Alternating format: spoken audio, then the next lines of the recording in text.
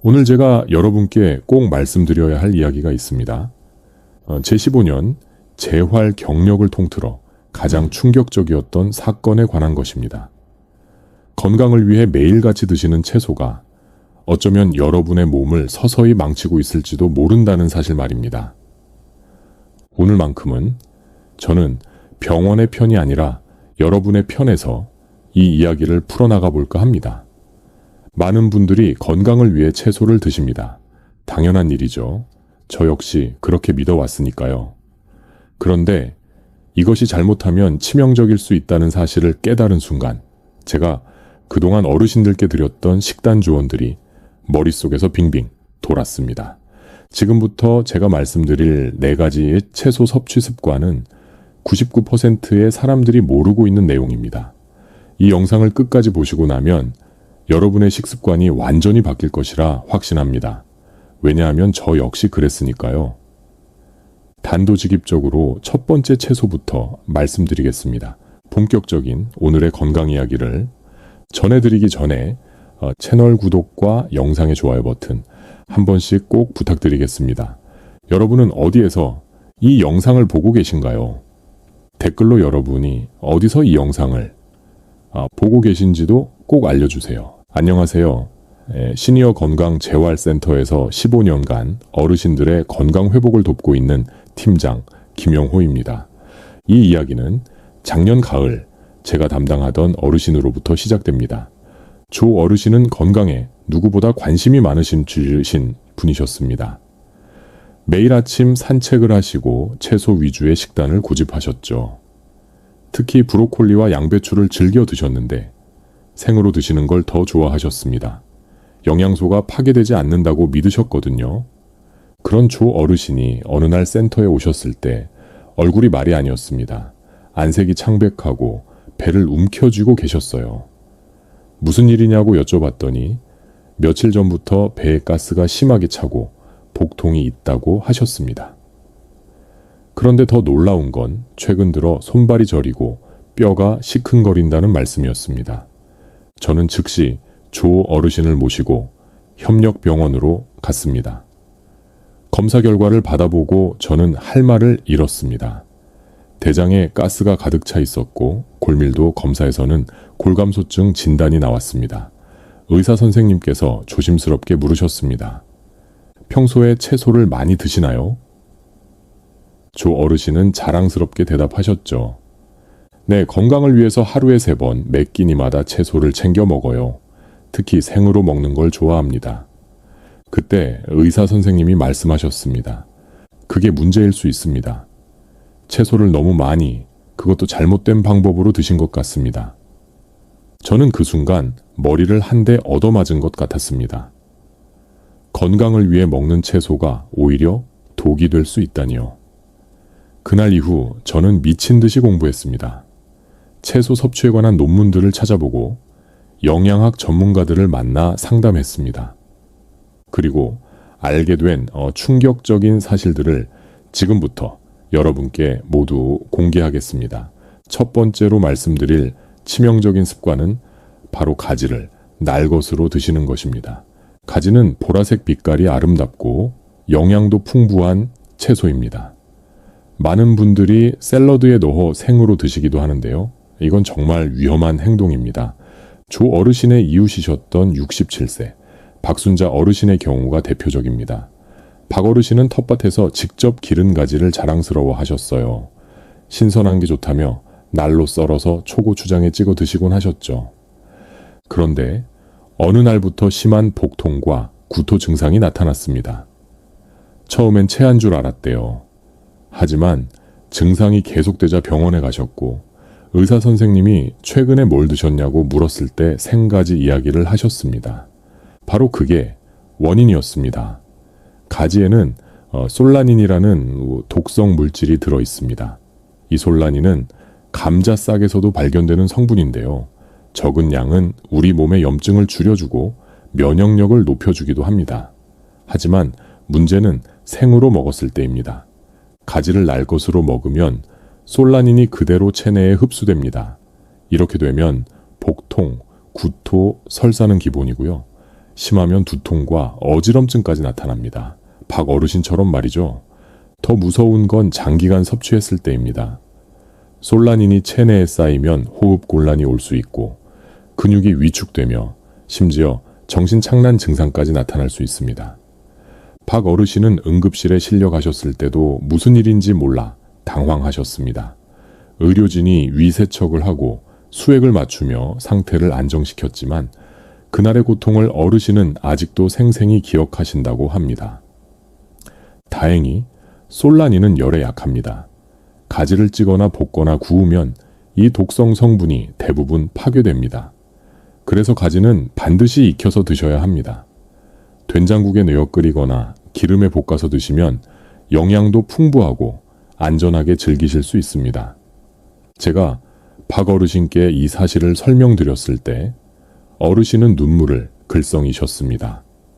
건강을 위해 신선한 채소를 먹으려 했던 게 오히려 독이 됐다는 사실에 큰 충격을 받으신 거죠.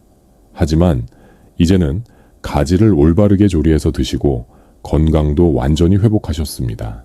가지를 익힐 때는 최소 섭씨 70도 이상에서 5분 이상 가열하시는 게 좋습니다. 전자레인지에 돌리는 것보다는 직접 불에 구우시거나 끓는 물에 삶는 게 더 안전합니다. 가지찜을 만드실 때도 김이 오른 찜통에 최소 10분 이상 쪄내셔야 합니다. 두 번째 치명적인 습관은 토란을 제대로 처리하지 않고 먹는 것입니다.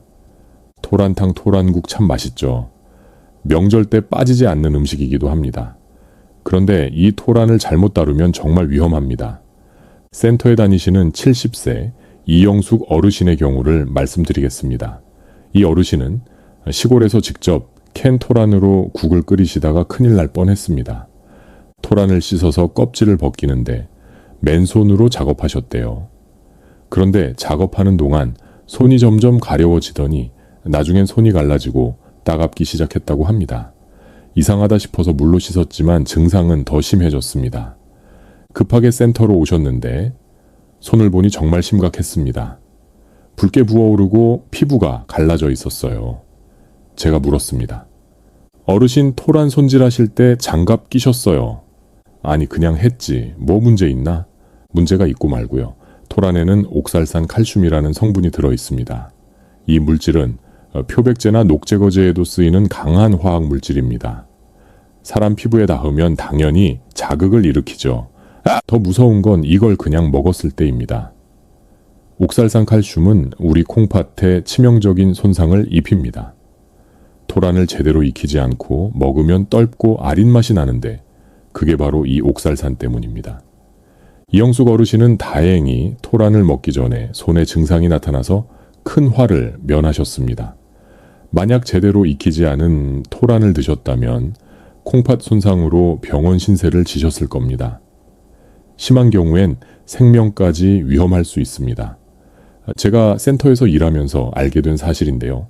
실제로 옥살산 칼슘 중독으로 응급실에 실려오는 분들이 매년 있습니다. 대부분 토란을 잘못 조리해서 드신 경우죠. 입안이 붓고 목이 따끔거리며 심한 경우 호흡 곤란까지 올 수 있습니다. 토란은 반드시 장갑을 끼고 손질하셔야 합니다. 그리고 끓는 물에 최소 7분에서 10분 정도 삶아서 독성을 완전히 제거해야 합니다. 살짝 데치는 것만으로는 부족합니다. 충분히 익혀야 안전하게 드실 수 있습니다. 토란을 삶을 때는 물을 한번 버리고 새물로 다시 한번 더 삶는 게 좋습니다. 첫 번째 삶은 물의 독성, 성분이 많이 녹아나오거든요. 이 물을 버리고 깨끗한 물로 한번 더 삶으면 훨씬 안전합니다. 그리고 토란 껍질을 벗길 때 식초물에 담갔다가 작업하시면 손에 자극이 덜합니다. 식초가 옥살산 칼슘을 중화시켜 주거든요. 장갑을 끼시되 그 전에 토란을 식초물에 10분 정도 담갔다가 작업하시면 더욱 안전합니다. 세 번째 치명적인 습관은 고사리를 날것으로 먹거나 제대로 처리하지 않고 먹는 것입니다. 고사리는 한국 사람들이 정말 좋아하는 나물이죠. 비빔밥에도 들어가고 육개장에도 빠질 수 없는 재료입니다. 그런데 이 고사리가 미국이나 유럽에서는 독초 취급을 받는다는 사실 알고 계셨나요? 센터에 계신 65세 최민호 어르신은 등산을 좋아하십니다. 산에서 직접 고사리를 꺾어 오시는 걸 즐기시죠. 어느 봄날 어르신이 신이 나서 고사리 한 보따리를 들고 오셨습니다. 팀장님, 오늘 산에서 고사리 엄청 많이 꺾었어요. 신선한 거 좀 드릴게요. 고맙다고 했지만 제 머릿속에는 경고등이 켜졌습니다. 어르신, 이거 어떻게 드실 건데요? 그냥 살짝 데쳐서 무쳐 먹으려고요. 신선한 게 좋잖아요. 저는 바로 말렸습니다. 생 고사리나 제대로 처리하지 않은 고사리는 정말 위험하기 때문입니다. 고사리에는 두 가지 위험한 성분이 들어 있습니다. 첫 번째는 티아민, 분해 효소입니다. 이 효소는 우리 몸의 비타민 B1과 적혈구를 파괴합니다. 생고사리를 먹으면 각기병 같은 영양결핍 질환에 걸릴 수 있다는 뜻입니다. 두 번째는 더 심각합니다. 푸타���로사이드라는 발암 물질이 들어 있습니다. 이건 국제 암연구소에서 지정한 2급 발암 물질입니다. 장기간 섭취하면 방광암 발병 위험이 높아진다고 알려져 있습니다. 제가 어르신께 설명을 드리자 어르신 얼굴이 새하얘지셨습니다. 자, 그럼 고사리를 아예 먹으면 안 되는 건가요? 아닙니다. 제대로만 처리하면 됩니다. 고사리의 독성 물질은 물에 녹고 열에 약합니다. 그래서 올바른 방법으로 처리하면 안전하게 먹을 수 있습니다. 생고사리는 먼저 끓는 물에 최소 12분에서 15분 정도 삶아야 합니다. 그 다음 찬물에 담가서 식힙니다. 여기서 끝이 아닙니다. 물을 갈아가며 하루 정도 담가둬야 합니다. 3시간에서 4시간마다 물을 갈아주는 게 좋습니다. 이렇게 하면 푸타���로사이드가 거의 완전히 제거되고 떫은 맛도 사라집니다. 번거롭게 느껴지실 수 있지만 건강을 위해서라면 반드시 거쳐야 하는 과정입니다. 최 어르신은 제 말을 듣고 그날부터 고사리 처리법을 완전히 바꾸셨습니다. 그리고 2달 뒤 센터에 오셔서 이렇게 말씀하셨습니다. 팀장님 말씀 듣길 잘했어요. 이전엔 고사리 먹고 나면 속이 좀 더부룩했는데 이제는 그런 게 전혀 없어요. 실제로 일본에서 발표된 연구 자료를 보면 고사리를 자주 먹는 지역 주민들의 방광암 발생률이 다른 지역보다 높다는 통계가 있습니다. 하지만 이건 제대로 처리하지 않은 고사리를 먹었을 때의 이야기입니다. 올바르게 처리하면 전혀 문제가 없습니다. 고사리를 삶을 때 베이킹소다를 조금 넣으면 독성 제거에 더 효과적입니다. 물 1리터에 베이킹소다 한 스푼 정도 넣고 삶으시면 됩니다. 베이킹소다가 알칼리성이라 산성인 독성 물질을 중화시켜 주거든요. 4번째, 치명적인 습관은 쑥갓을 단백질 음식과 함께 생으로 먹는 것입니다. 쑥갓은 향긋한 맛이 일품이죠. 삼겹살 먹을 때 상추랑 같이 싸 먹으면 정말 맛있습니다. 그런데 여기에 함정이 있습니다. 센터의 69세 정수진 어르신은 고기를 좋아하시지만 건강을 위해 채소도 많이 드시려고 노력하셨습니다. 특히 삼겹살 먹을 때는 쑥갓을 한 알음 드셨죠. 생으로 말입니다. 그런데 이런 식습관을 몇 달 계속하시더니 건강검진에서 이상한 결과가 나왔습니다. 암 표지자 수치가 정상보다 약간 높게 나온 겁니다. 다행히 암은 아니었지만 의사 선생님이 식습관을 점검해 보라고 하셨습니다. 제가 어르신의 식습관을 자세히 여쭤봤더니 고기와 생쑥갓을 자주 함께 드신다는 걸 알게 됐습니다. 바로 그게 문제였습니다. 쑥갓에는 아질사념이라는 성분이 들어 있습니다. 이 성분 자체는 큰 문제가 아닙니다. 그런데 이게 육류나 생선의 단백질과 만나면 상황이 달라집니다. 나이트로소아민이라는 발암 물질이 만들어지는 겁니다. 나이트로소아민은 위암을 비롯한 여러 암의 원인이 될 수 있는 위험한 물질입니다. 정 어르신이 드신 삼겹살과 생쑥갓의 조합이 바로 이런 발암 물질을 만들어낸 거죠. 다행히 이 문제는 간단하게 해결할 수 있습니다. 쑥갓을 단백질 음식과 함께 드실 때는 반드시 익혀서 드시면 됩니다. 열을 가하면 아질사념이 상당 부분 파괴되기 때문입니다. 샤브샤브에 쑥갓을 넣어 살짝 데쳐 먹거나 국에 넣어 끓여 먹으면 안전합니다. 삼겹살 먹을 때도 구운 고기를 쑥갓으로 싸기 전에 쑥갓을 석쇠에 살짝 구워서 드시면 좋습니다. 정어르신은 이 사실을 알고 나서 식습관을 바꾸셨습니다. 생쑥갓 대신 살짝 데친 쑥갓을 드시기 시작하셨죠. 6개월 뒤 재검진에서 암 표지자 수치가 정상으로 돌아왔습니다. 흥미로운 건 쑥갓을 비타민C가 풍부한 과일과 함께 먹으면 나이트로소아민 생성을 억제할 수 있다는 연구 결과가 있습니다. 귤이나 레몬, 키위 같은 과일을 식후에 드시면 도움이 됩니다. 하지만 가장 안전한 방법은 역시 쑥갓을 익혀 드시는 겁니다. 자, 여기까지 4가지 치명적인 채소 섭취 습관에 대해 말씀드렸습니다. 그런데 여러분, 이게 전부가 아닙니다. 이제부터가 진짜 중요한 내용입니다. 많은 분들이 궁금해하실 겁니다. 그럼 채소를 어떻게 먹어야 하냐고요? 제가 15년간 어르신들을 돌보면서 터득한 노하우를 지금부터 모두 공개하겠습니다. 첫째, 채소는 무조건 많이 먹는다고 좋은 게 아닙니다. 처음에 말씀드린 조명이 어르신처럼 과도한 채소 섭취는 오히려 독이 될 수 있습니다. 채소에 들어있는 식이섬유는 분명 몸에 좋습니다. 장운동을 돕고 변비를 예방하며 혈당 조절에도 도움이 됩니다. 하지만 너무 많이 먹으면 문제가 생깁니다. 과도한 식이섬유는 장에서 가스를 과도하게 만들어냅니다. 조 어르신이 겪었던 복부 팽만과 통증이 바로 이 때문이었죠. 더 심각한 건 식이섬유가 우리 몸에 필요한 미네랄까지 함께 배출시킨다는 겁니다. 칼슘, 철분, 아연 같은 중요한 미네랄들이 식이섬유와 결합해서 몸 밖으로 빠져나갑니다. 조 어르신의 골감소증도 바로 이런 이유로 생긴 겁니다. 건강을 위해 먹은 채소가 오히려 뼈를 약하게 만든 거죠. 그렇다면 적정량은 얼마일까요? 하루에 손바닥 2-3개 정도의 양이면 충분합니다.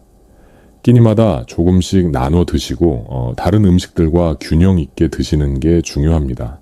제가 센터에서 관찰한 바로는 채소를 적당량 드시는 분들이 과도하게 드시는 분들보다 소화도 잘 되고 영양 상태도 더 좋았습니다.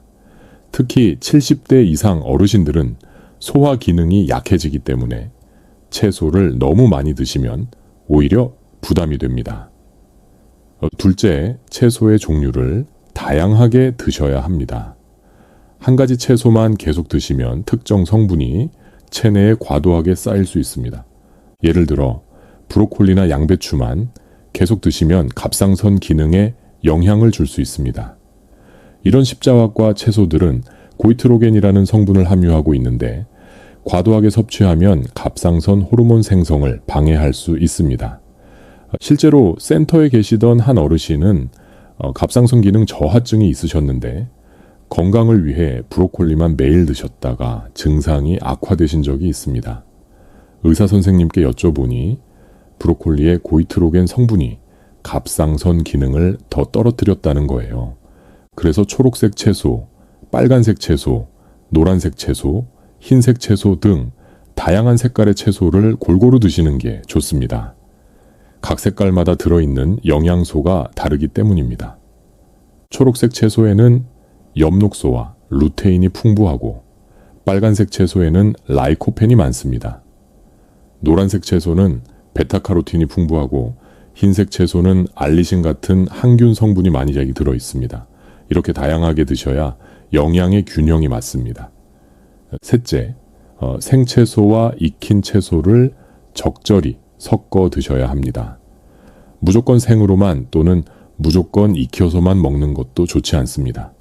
당근이나 토마토 같은 경우는 오히려 익혀 먹을 때 영양소 흡수율이 높아집니다. 당근의 베타카로틴이나 토마토의 라이코펜은 기름과 함께 익혀 먹으면 체내 흡수율이 서너 배 증가합니다. 반면 비타민C가 풍부한 파프리카나 양상추 같은 채소는 생으로 먹는 게 좋습니다. 비타민C는 열에 약해서 익히면 파괴되기 때문입니다. 시금치도 마찬가지입니다. 시금치에는 옥살산이 많이 들어있는데 이걸 생으로 먹으면 칼슘 흡수를 방해합니다. 그래서 시금치는 반드시 데쳐서 드셔야 합니다. 끓는 물에 30초만 데쳐도 옥살산의 절반 이상이 제거됩니다. 넷째, 채소를 드실 때는 반드시 물을 충분히 마셔야 합니다. 특히 식이섬유가 많은 채소를 드셨다면 더욱 그렇습니다. 식이섬유는 물을 흡수하는 성질이 있습니다. 물을 충분히 마시지 않으면 오히려 변비가 생길 수 있습니다. 하루에 8컵에서 10컵, 약 1리터 600에서 2리터 정도의 물을 마시는 게 좋습니다. 특히 아침에 일어나서 미지근한 물 한 잔을 마시면 장 운동에 도움이 됩니다. 식사 30분 전에 물을 마시는 것도 좋은 습관입니다. 단, 식사 중에는 물을 너무 많이 마시지 마세요. 소화액을 희석시켜 소화를 방해할 수 있습니다. 다섯째, 채소와 함께 단백질과 지방도 균형 있게 드셔야 합니다. 채소만 먹는 식단은 장기적으로 봤을 때 영양 불균형을 초래합니다. 우리 몸은 탄수화물, 단백질, 지방이 모두 필요합니다. 채소만 먹으면 단백질과 필수 지방산이 부족해집니다. 근육이 빠지고 피부가 거칠어지며 면역력이 떨어질 수 있습니다. 그래서 채소와 함께 생선이나 두부, 계란, 콩류 등의 단백질 식품을 드셔야 합니다. 건강한 지방도 필요합니다. 견과류나 올리브유, 들기름 같은 좋은 기름을 적절히 섭취하세요. 특히 어르신들은 단백질이 더 중요합니다. 나이가 들면 근육량이 자연스럽게 줄어드는데 이를 막으려면 단백질을 충분히 드셔야 합니다. 채소만 드시다가 근감소증에 걸리신 분들을 제가 많이 봤습니다. 여기서 많은 분들이 궁금해하실 내용을 몇 가지 더 말씀드리겠습니다. 그럼 샐러드는 아예 먹으면 안 되나요? 아닙니다. 샐러드는 드셔도 됩니다. 다만 몇 가지 주의사항이 있습니다. 먼저, 샐러드에 들어가는 채소들을 깨끗이 씻으셔야 합니다. 흐르는 물에 3번 이상 씻고 채소 전용 세정제를 사용하는 것도 좋습니다. 농약이나 세균이 남아있을 수 있기 때문입니다. 요즘 수입 채소들이 많은데 이런 채소들은 장거리 운송 과정에서 각종 보존제가 사용될 수 있습니다. 그래서 더욱 꼼꼼하게 씻으셔야 합니다. 베이킹소다를 푼 물에 5분 정도 담갔다가 씻으면 농약 제거에 효과적입니다. 둘째, 앞서 말씀드린 가지나 고사리 같은 채소는 샐러드에 넣지 마세요. 반드시 익혀야 하는 채소들입니다. 셋째, 샐러드만 식사로 드시지 마세요. 단백질 식품을 함께 드셔야 합니다. 닭가슴살이나 삶은 계란, 두부 등을 샐러드에 추가하세요. 샐러드 드레싱도 중요합니다. 시중에 파는 드레싱은 설탕과 나트륨 함량이 높은 경우가 많습니다. 가능하면 집에서 직접 만드시는 게 좋습니다. 올리브유에 레몬즙, 약간의 소금과 후추만 넣어도 맛있는 드레싱이 됩니다. 매일 이렇게 신경 써서 먹어야 하나요? 네, 그렇습니다. 하지만 어렵게 생각하지 마세요. 습관이 되면 자연스럽게 할 수 있습니다. 조명희 어르신도 처음엔 힘들어 하셨습니다. 그런데 제가 알려드린 방법대로 석 달만 실천하셨더니 놀라운 변화가 찾아왔습니다. 복부 팽만감이 사라졌고 소화가 잘 되기 시작했습니다. 6개월 뒤 재검진에서는 골밀도도 개선되었습니다. 지금은 센터에서 가장 건강한 어르신 중 한 분이 되셨습니다. 박순자 어르신도 마찬가지입니다. 가지를 익혀 드시기 시작한 후로 복통과 구토가 완전히 사라졌습니다. 이제는 가지볶음을 즐겨 드시면서도 건강하게 지내고 계십니다. 혹시 채소 알레르기가 있으면 어떻게 하나요? 채소 알레르기가 있으신 분들은 해당 채소를 피하셔야 합니다.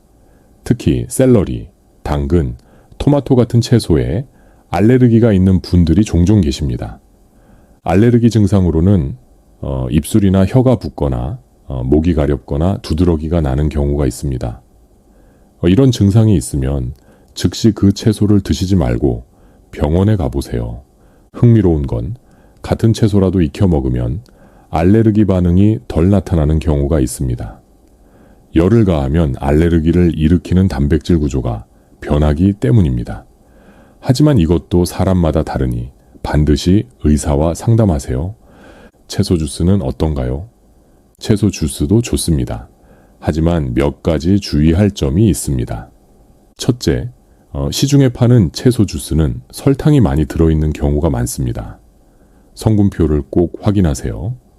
당분 함량이 10g 이상인 제품은 피하시는 게 좋습니다. 둘째, 집에서 만들 때는 너무 많은 양을 한꺼번에 마시지 마세요. 채소 주스도 과하면 배탈이 날 수 있습니다. 하루에 한두 잔 정도가 적당합니다. 셋째, 주스로만 채소를 섭취하지 마세요. 씹어 먹는 것도 중요합니다. 씹는 과정에서 침이 나오고 이 침이 소화를 돕기 때문입니다. 주스를 만들 때는 당근, 샐러리, 사과를 2대 1대 1 비율로 섞으면 맛도 좋고 영양도 균형이 있습니다. 여기에 생강을 조금 넣으면 소화에도 도움이 됩니다. 나이가 들면 채소를 더 많이 먹어야 하나요? 나이가 들수록 소화 기능이 약해집니다. 그래서 오히려 채소를 조금 덜 드시는 게 좋을 수도 있습니다. 대신 소화가 잘 되는 형태로 드세요. 생채소보다는 익힌 채소, 질긴 채소보다는 부드러운 채소를 선택하세요. 나물로 무쳐 먹거나 국에 넣어 푹 끓여 드시는 것도 좋은 방법입니다. 특히 80대 이상 어르신들은 식사량 자체가 줄어들기 때문에 채소보다는 단백질과 칼로리를 우선적으로 섭취하시는 게 중요합니다. 영양실조나 근감소증을 예방하는 게 더 시급하거든요. 채소를 싫어하는 사람은 어떻게 하나요? 채소를 싫어하신다면 무리해서 드실 필요는 없습니다. 대신 과일로 비타민과 식이섬유를 보충하실 수 있습니다. 단 과일은 당분이 많으니 적당량만 드세요. 하루에 사과 반, 개나귤 한두 개 정도면 충분합니다. 혈당이 높으신 분들은 특히 조심하셔야 합니다. 과일도 채소처럼 다양하게 드시는 게 좋습니다. 한 가지 과일만 계속 드시면 특정 당분이 과도하게 섭취될 수 있습니다. 사과, 배, 귤, 키위, 딸기 등을 번갈아 가며 드세요. 유기농 채소가 더 안전한가요? 유기농 채소가 농약 걱정은 덜하지만 그렇다고 해서 안전한 건 아닙니다. 유기농 채소에도 세균이나 기생충이 있을 수 있습니다. 오히려 유기농 채소는 더 꼼꼼하게 씻어야 합니다. 화학 농약을 쓰지 않기 때문에 자연적인 세균이 더 많을 수 있거든요. 흐르는 물에 충분히 씻고 필요하면 베이킹소다나 식초를 사용하세요. 가격도 고려해야 합니다. 유기농 채소가 일반 채소보다 두세 배 비싼 경우가 많습니다. 경제적 부담이 된다면 일반 채소를 잘 씻어 드시는 것도 괜찮습니다. 마지막으로 정말 중요한 말씀을 드리겠습니다. 채소는 분명 건강에 좋은 음식입니다. 하지만 무조건 많이, 무조건 생으로 먹는다고 좋은 게 아닙니다. 올바른 방법으로 적절한 양을 드셔야 합니다. 가지는 반드시 익혀 드세요. 토라는 장갑을 끼고 손질하고 충분히 삶아 드세요. 고사리는 하루 동안 물에 담갔다가 드세요. 쑥갓은 고기와 함께 드실 때 익혀 드세요. 이 네 가지만 기억하셔도 여러분의 건강이 크게 달라질 겁니다. 제가 이 이야기를 하는 이유는 단 하나입니다. 여러분이 건강하게 오래오래 사셨으면 하는 마음입니다. 15년간 센터에서 어르신들을 모시며 느낀 건 작은 습관 하나가 인생을 바꿀 수 있다는 사실입니다. 조명희 어르신, 박순자 어르신, 이영숙 어르신, 최민호 어르신, 정수진 어르신, 이분들 모두 작은 변화로 큰 효과를 보셨습니다. 여러분도 할 수 있습니다. 오늘부터 실천해 보세요. 채소를 드실 때 한 번 더 생각해 보세요. 이 채소는 익혀 먹어야 하나, 생으로 먹어도 되나, 너무 많이 먹는 건 아닌가, 다른 영양소는 충분히 섭취하고 있나, 이런 작은 관심이 여러분의 건강을 지킵니다. 여러분의 소중한 가족과 친구들에게도 이 정보를 꼭 알려주세요. 건강은 혼자만 지키는 게 아니라 함께 지켜야 하니까요. 이 영상이 도움이 되셨다면 구독과 좋아요 부탁드립니다. 댓글로 여러분의 경험도 공유해 주시면 감사하겠습니다. 다음에는 더 유익한 건강 정보로 찾아뵙겠습니다. 오늘도 건강하세요. 감사합니다.